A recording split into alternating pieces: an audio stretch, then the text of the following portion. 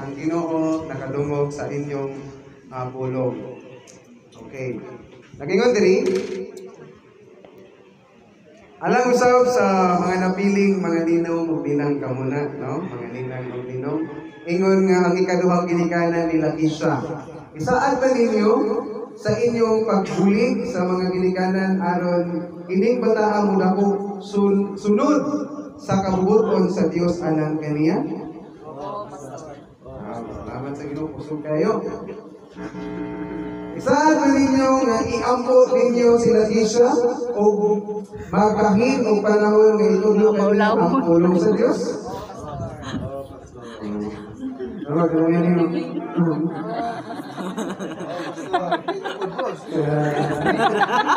Ikalas ka po na. Isaad ba ninyo nga mapakita ka mahayong sumbanan alang kaniya sa una-una sa pulong sa buhat? Salamat sa inyong pinakulit. Okay, so alam ko din sa mga lumulong sa katapusan, o nagiging pagtapos, mag-abiyog ka. Salamat kayo, Ginoong Diyos, Lord, dahil ito na mong kamahayan, hindi kalapusan, Ginoo, sa pag-ila o pag-acknowledge na mo, Ginoo, sa kinabuhi na Lakisha, Father God, Lord, dito sa amahan na si Glenn, Bayog, o ang iyang inahan, Ginoo, si Annalyn Fernandez. Salamat kayo, Ginoong Diyos, Lord God, sa pag-bendisyon o sa pagkanalipod o paghatag, Ginoo, nini nga panalangin sa kinabuhi, isang pa sa panghiusa, Ginoo, nato sa tibok pamilya, friends man or neighbors man or even mga relatives man, Ginoo. Dalaygod ka sa nindot nga panahon, nindot nga adlaw o nindot, Ginoo, nga kahigayunan.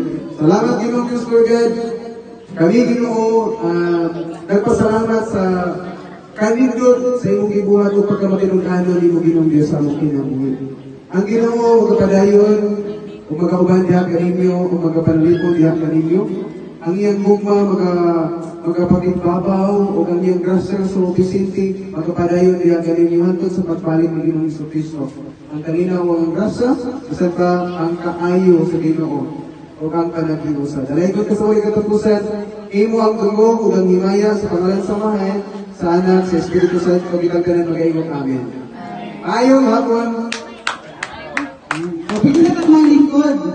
So, isa kabutang na ako na-realize mo, pwede na